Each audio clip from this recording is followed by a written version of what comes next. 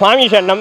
இன்னைக்கு இந்த காணொளி பதிவுல நம்ம என்ன பார்க்க போறோம்னா, ஐயப்ப சுவாமிமார்கள் எதையெல்லாம் சபரிமலையில் செய்யக்கூடாது என்பதை தெரிந்து கொள்வோம். அன்பார்ந்த சுவாமிமார்களே, பம்பை ஆற்றங்கரையில் சுவாமிமார்கள் தனது ஆடைகளை கழற்றி விடாமல் இருப்பதில் அனைத்து சுவாமிமார்களும் உறுதியாக இருக்க வேண்டும். மேலும் இது போன்ற செயல்களால் பம்பை நீர் ஓட்டத்தினுடைய வேகத்தை அது தடை செய்யும் என்பதால் இது போன்ற செயல்களை செய்யாமல் இருக்க வேண்டும் என்று அனைத்து சுவாமிமார்களும் உறுதி கொள்ள வேண்டும். மேலும் இது போன்ற செயல்களால் பம்பை நதிக்கரை அசுத்தம் அடையக்கூடிய வாய்ப்புகள் அதிகப்படியாக இருக்கக்கூடிய காரணத்தினால் பம்பை நதிக்கரையில் எந்த ஒரு சுவாமிமார்களும் அவர்களினுடைய ஆடைகளை அங்கே கழற்றி விடாமல் இருப்பது தான் அனைத்து சுவாமிமார்களுக்கும் நன்மையும் புண்ணிய வளத்தையும் சேர்க்கும் என்பதை அனைத்து சுவாமிமார்களும் சிந்தையில் வைத்து கொள்ள வேண்டும்.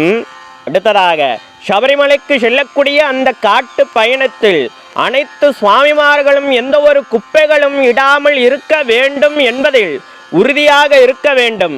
குறிப்பாக பிளாஸ்டிக் போன்ற குப்பைகளோ அல்லது கண்ணாடி உட்டில்கள் சார்ந்த குப்பைகளையும் காட்டு பகுதியில் இடாமல் இருப்பது தான் அனைத்து சுவாமிமார்களுக்கும் நன்மை பயக்கும் என்பதில் அனைத்து சுவாமிமார்களினுடைய சிந்தையில் வைத்து கொள்ள வேண்டும். மேலும் இது போன்ற செயல்களால் வனப்பகுதியில் வசிக்கக்கூடிய மிருகங்களுக்கு அதிகப்படியான இடையூறுகள் ஏற்படக்கூடிய வாய்ப்புகள் அதிகப்படியாக இருக்கக்கூடிய காரணத்தினால் இது போன்ற குப்பைகளை வனப்பகுதியில் இடாமல் இருக்க வேண்டும் என்பதையும் அனைத்து சுவாமிமார்கள் சிந்தையில் வைத்து கொள்ள வேண்டும்.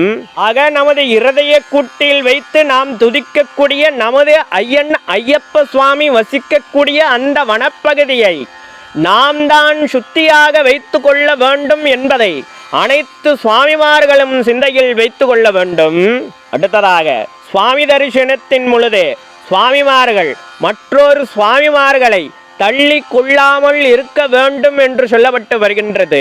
அடுத்ததாக, வனப்பகுதியில் செல்லக்கூடிய சுவாமிமார்கள் எவரேனும் தவறான பாதையில் செல்லக்கூடியதை நீங்கள் கண்டறிந்தால் அந்த சுவாமிமார்களை அழைத்து சரியான பாதைக்கு கொண்டு வரக்கூடிய வழிகாட்டியாக இருந்து வழிநடத்த வேண்டும் என்பதையும் அனைத்து சுவாமிமார்கள் சிந்தையில் வைத்து கொள்ள வேண்டும்.